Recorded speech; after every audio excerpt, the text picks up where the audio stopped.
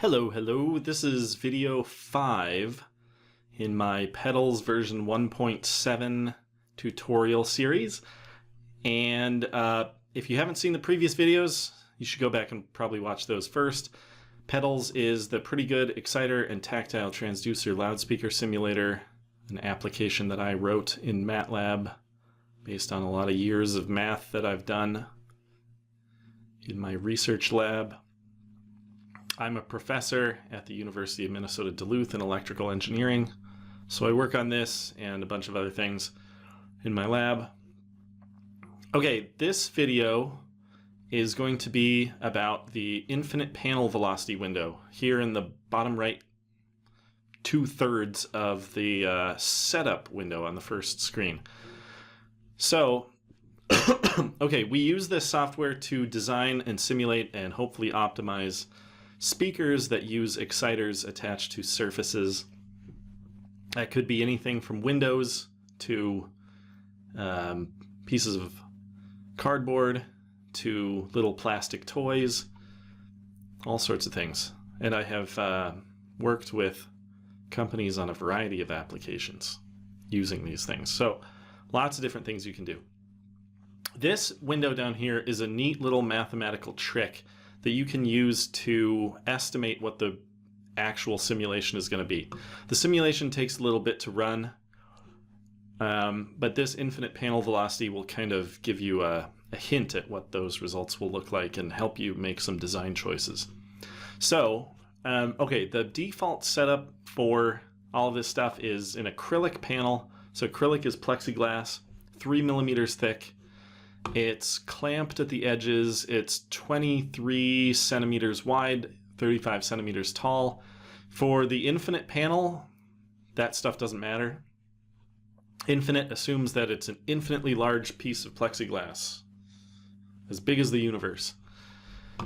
There's one exciter, DAEX19CT4, a little 5-watt exciter. And so what this graph is going to show us is the velocity of the panel, the infinitely large acrylic panel, right at the point where the exciter is placed. So how much, just based on essentially the density and the size, or the density and the thickness of that panel, how much is it going to move? So if I click the plot panel velocity button, I'll get a blue curve here. It might be hard to extract much meaning out of the actual velocity, 10 to the minus 2, which is a centimeter per second, but that it doesn't really mean anything. What you're looking for is just sort of the frequency response characteristics. So this exciter on this acrylic sized panel seems to have a high pass cutoff at about 100 hertz and a low pass cutoff at, what's this, 15 or 16 kilohertz, and then a relatively flat frequency response in between. So that we can use that as a good estimate of what our frequency response ultimately is going to look like. So I know I've done this before, but let's run through the simulation now and take a look at what the actual acoustic results are going to be for, it's not an infinite panel anymore. It's the same type of acrylic, but now it's clamped at the edges and it's 23 centimeters wide by 35 centimeters tall. So it's going to have a certain acoustic sound profile to it. Okay, I'll speed this up and come back in a little bit.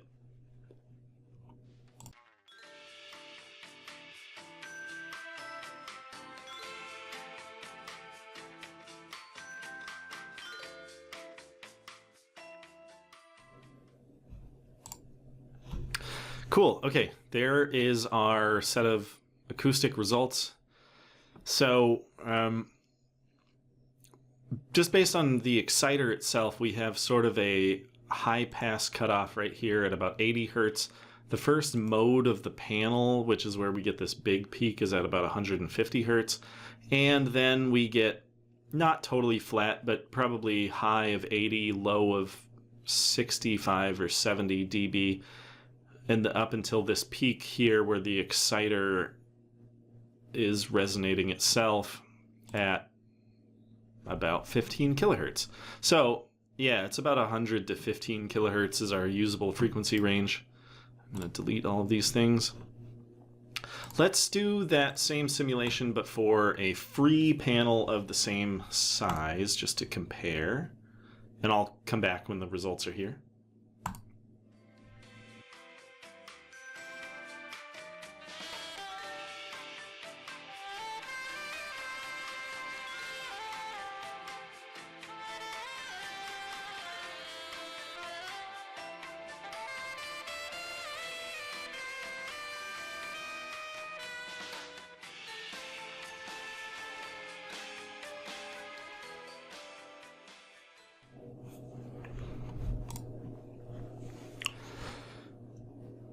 There we go. We have our results now for the free panel as well, which has roughly the same bandwidth as the clamped panel, but like different low frequency and mid-range characteristics.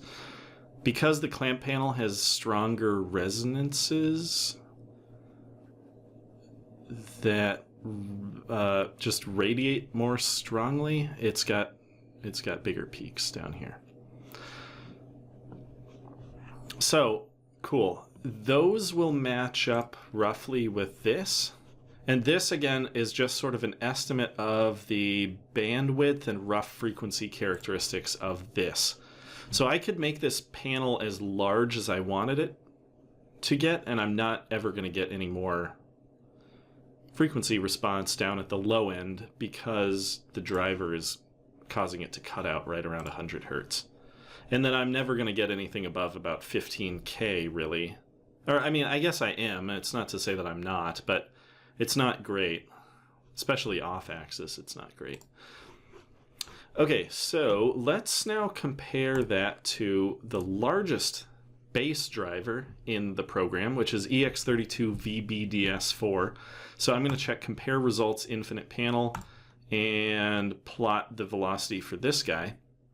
So this one clearly has a lot more bass. It's both louder, more velocity, and has a lower cutoff point. So let's say that the cutoff point is around here, something like that, 30 hertz. That's pretty good. And then it crosses over velocity-wise at 1200-ish hertz. And then the low-pass cutoff of this, let's just say it's like here. Depends how you want to define it. It's like 4,000 hertz. So this exciter, the big bass exciter, is really only useful as opposed to the 19CT4 up to, let's just say, 1,000 hertz, velocity-wise. So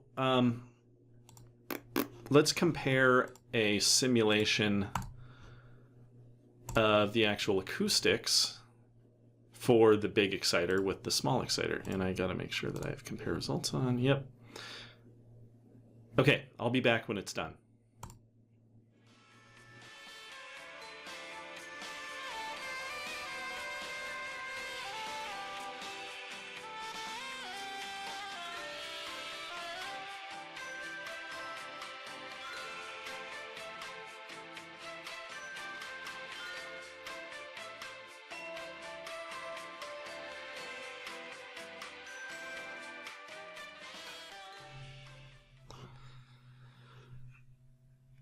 Here are the results for the big heavy exciter on the small clamped panel. So we are kind of more directly comparing the yellow line to the blue line here.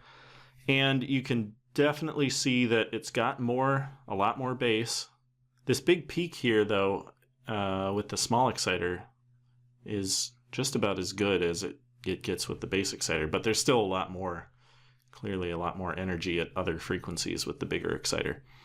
And then, yeah, it seems like the yellow line crosses over and is mostly lower than the blue line at about a kilohertz. So that's where, that was the same thing that we got here. So yeah, this this graph can help you to estimate the types of results that you're going to see here. So last thing for this, let's do a free panel simulation with the big exciter and take a look at those results.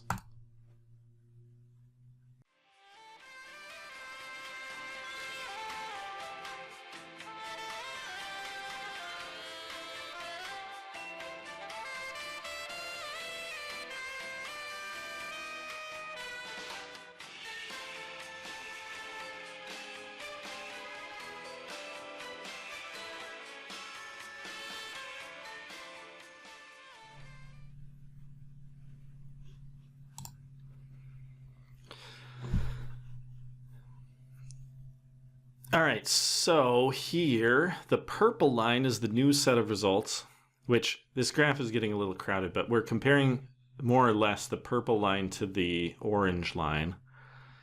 And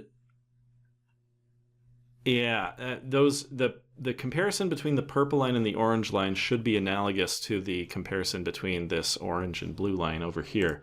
So yeah, the purple line definitely extends lower in the base frequencies. It's hard to tell, but it probably cuts off around here, which is like 30-ish hertz, as compared to around here, which is 90 hertz.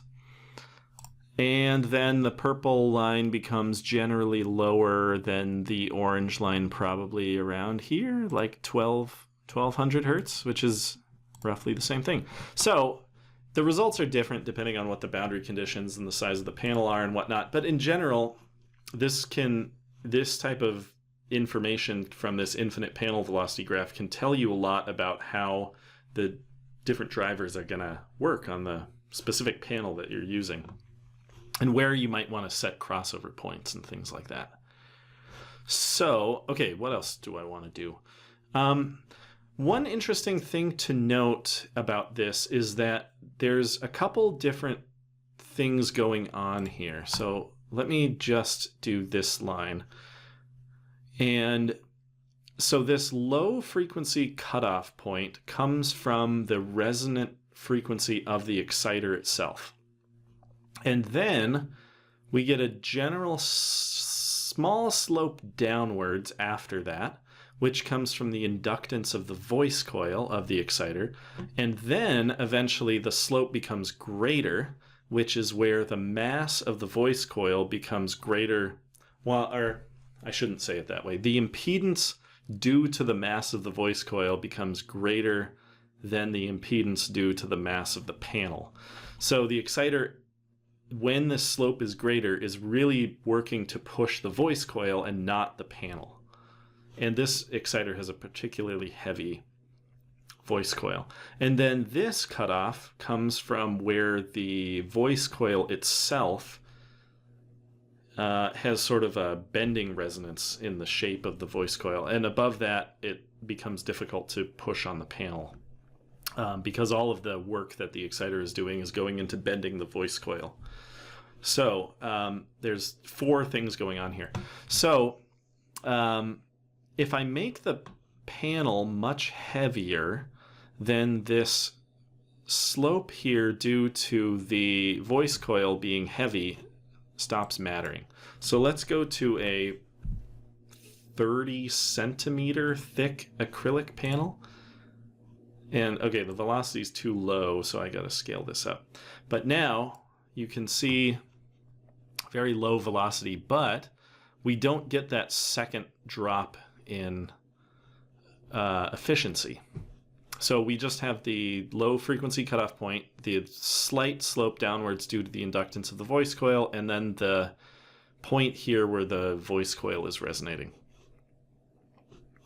So let's just, for the fun of it, compare, like, 30 centimeters is obviously way too thick to be usable. Let's do 3 centimeter thick panel. That's still not very useful. Okay, so generally the same bandwidth, but much higher velocity. 40 dB higher velocity. We still don't, there's no sign of that slope downwards, so the mass of the panel is always more impactful than the mass of the voice coil. So now let's go to 3 millimeters, which is what we had before. Actually, no, let's not go quite there yet. Let's go to 1 centimeter just for the fun of it. Okay, so this peak is now not as not as high for whatever reason. But we're still not seeing the effect of the voice coil. So now I know that at 3 millimeters we did see that impact. So yeah, somewhere in between 10 millimeters and 3 millimeters is where the mass of the panel starts being impactful. Okay, now if I go to 1 millimeter, let's see what happens. Okay, now things start to change because now the only thing that matters is the voice coil. Eventually, the panel just goes away entirely and the exciter is just pressing on the voice coil. So this is the resonance of the voice coil. And then we only get that big slope downwards because of the impedance of the mass of the voice coil. So if I keep going smaller and thinner with the panel, you're going to see that this just becomes the voice coil moving, and I can keep going smaller and smaller, but that's not really going to change. Yeah, because once I get to effectively no panel, then it's just the voice coil moving by itself. So, okay, something else that you can do then is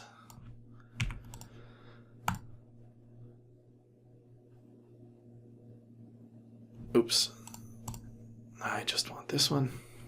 If I want to compare multiple exciters at the same time, I can either compare results and hold these on, or if I go in and select a bunch of different exciters, I'll do point force, I'll do the 19 CT4, and then I'll do the 25 VT4 here.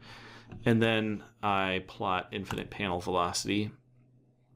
Now it's going to show all 4 of those at once. It's not going to combine them because this graph is showing me the velocity at the excitation point. So effectively they're not being combined. In an infinite panel, they're an infinite distance apart, so they're not being combined at all. So I can now compare the bandwidth of all of these exciters. And I like the 25 VT4 because it just has a really good bandwidth, and it puts a lot of force into the panel. That's a good exciter. The point force here is the perfectly ideal exciter, and it's got the same force output as the 25 VT4 in this version of the program. So it's got an infinite bandwidth and totally flat frequency response. There's no low frequency cutoff from the mass of the magnet. There's no slope downwards here because of the inductance of the voice coil. There's no slope downwards here because of the mass of the voice coil, and there's no high frequency cutoff from the voice coil resonating. So yeah, I think that's all I'm going to say for this video. Hopefully that's useful in your design flow. And this is all for section 1. So the next videos will be about section 2, which is just some stuff in this window. So I'll see you there in the next video. Thanks for watching.